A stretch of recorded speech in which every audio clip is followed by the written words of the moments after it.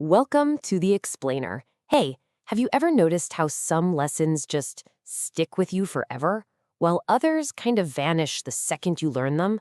Well, today, we're going to pull back the curtain on a fascinating myth that's way more than just a story. It's actually a masterclass in how to make ideas unforgettable. Let's dive in.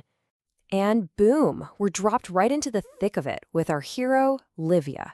You hear that, right? Brave any jeopardy, restore Rome's harmony. You can just feel the high stakes, the danger, and a truly noble cause. But what if I told you the real secret to her power isn't a sword, but the very words she's using? Right. That's because this isn't just some random adventure tale. No, this story was built with a very specific mission in mind.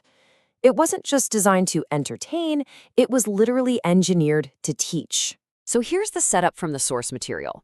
Rome is in big trouble. We're talking catastrophic trouble.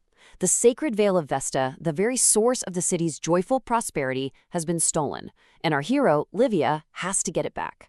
It's a classic quest, for sure, but the way it's told, well, that's where things get really clever. This brings us to the core idea behind this whole explainer: narrative pedagogy. Now, it's a fancy term, I know, but the concept is actually super simple and honestly kind of brilliant.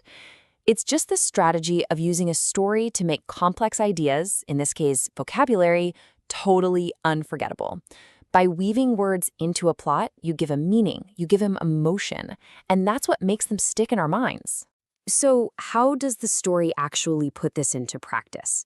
It all starts with our hero, Livia.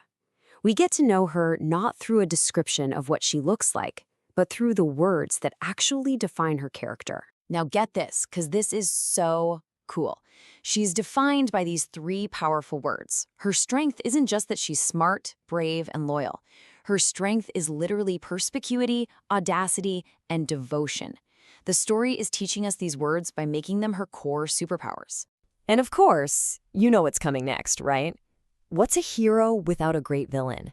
So just as Olivia is built from words of virtue, her antagonist is constructed from a vocabulary of pure vice. And this just lays it all out. This is the engine that drives the entire story. The conflict isn't just good versus evil. It's a direct clash of vocabulary. Livia's clarity, her perspicuity, is pitted right against Dracon's guileful, deceitful nature. Her moral integrity, her probity, stands against his wicked malice. You see what's happening? This isn't just character building. It's a lesson in antonyms, playing out as an epic battle for Rome. Okay, so how does our hero actually win? This is where the story's design becomes truly powerful. She doesn't overcome all these challenges with force, but with the very traits, the very words we've just learned. Here's the roadmap of her rigorous quest. And each step is a test, a dilemma specifically designed to challenge her core virtues. She has to navigate a deceitful stronghold, confront a furious guardian, and, ultimately face the sorcerer himself. And here's the crucial point. Her success is directly tied to her character vocabulary. When she's faced with Dracon's cunning traps, she uses her shrewdness. When she's tempted by his allure, she relies on her resolve. Her fortitude, that incredible enduring strength, is what gets her through the final trial. These words aren't just descriptions, they're her tools for victory.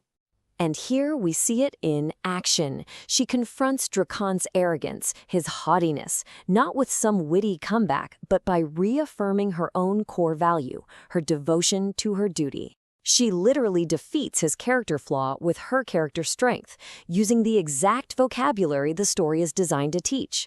All right, so now for the resolution, because how the story ends really reveals the true power of this whole learning method.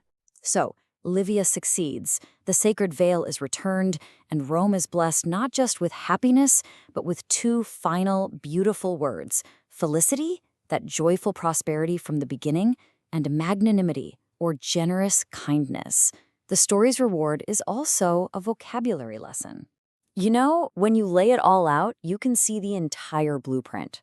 The source material strategically uses words to define characters, to build the conflict, and even to describe the plot itself. The hero's virtues are pitted against the villain's vices, forcing her to overcome challenges defined by words like jeopardy and dilemma. It's just an incredibly cohesive system. So here's the ultimate takeaway. Why does this work so well? Because our brains are wired for stories. By embedding these words into a classic hero's journey, a structure we instinctively understand, the lesson becomes way more than just a list to be memorized. It becomes an experience that we remember. And that leaves us with a final thought. We've seen how this modern myth was built to teach, turning abstract words into the weapons of a hero. So it leaves me with a question for you. What's the most powerful story you ever learned from, and what lesson has it embedded in your memory forever? Thanks for joining us for this explainer.